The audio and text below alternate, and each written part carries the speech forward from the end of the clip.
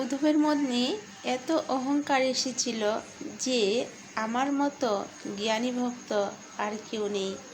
কিন্তু যখন ভগবান দেখতে পেল যে উত্থনের মনে যে অহংকার এসেছিল তার অহংকার ভাঙার জন্য সেখানে গোপীদের কাছে পাঠালেন, বস্ত্র লিখে গোপীদের কাছে পাঠালেন। তখন উত্থান গোপীদের কাছে গিয়ে বলল, দেখো, তোমাদের জন্য শ্রীকৃষ্ণ স্বয়ং পত্র লিখে পাঠিয়েছেন। তখন তার মনে কিন্তু খুব অহংকার জন্ম হয়েছিল যে আমি হচ্ছি সব থেকে জ্ঞানী ভক্ত।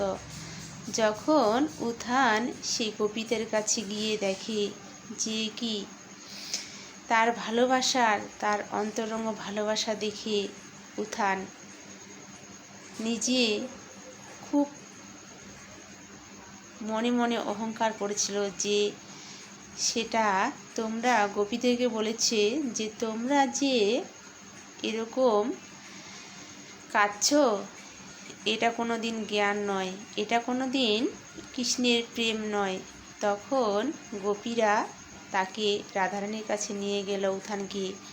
তো রাধারানীর কাছে গিয়ে তখন রাধারানীকে জিজ্ঞাসা করলো যে দেখো, রাধারানী উত্থানকে এমন কথা বললেন যে আমি হচ্ছি রাধারানী, আমার কথা কোনোদিন মিথ্যা হয় না। কিন্তু তখন উত্থান বলেছিল যে মা দেখো, এটা শুধু কল্পনা মাত্র, এটা কল্পনা জল্পনা কথা আমাকে বলো না। তখন রাধারানী বলছে, আমার কথা কল্পনা বলছো, আমার কথা ঝুট বলছো, আমার কথা মিথ্যা বলছো। তখন দেখো, রাধারানী দেখিয়ে দিল যে দেখো শ্রীকৃষ্ণ, আমি যে প্রেম করি আমার কাছে শ্রীকৃষ্ণ আছে কি না দেখো তো। তখন স্বয়ং রাধারানী তার পাশে বসে আসে শ্রীকৃষ্ণ। তখন উত্থান দেখতে পেল।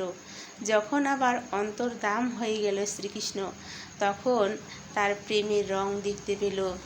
তখন রাধারানী নিজে আত্মহারা হয়ে প্রজাপতির কাছে গিয়ে বলল, দেখো আমার প্রভু তোমার কাছে আছে কি না।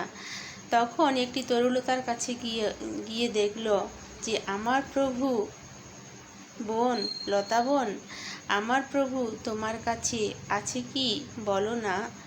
তখন এভাবে তার প্রেমের রং দেখে উত্থান নিজের অহংকার ভাঙল। এভাবে ভক্ত হয়ে অহংকার করো না। বড় পৃথিবী বড়, কে যে বড় মুখে বলে বোঝানো যায় না। যে নিজেকে বড় বলে সে বড় নয়, লোকে যাকে বড় বলে বড় সেই হয়।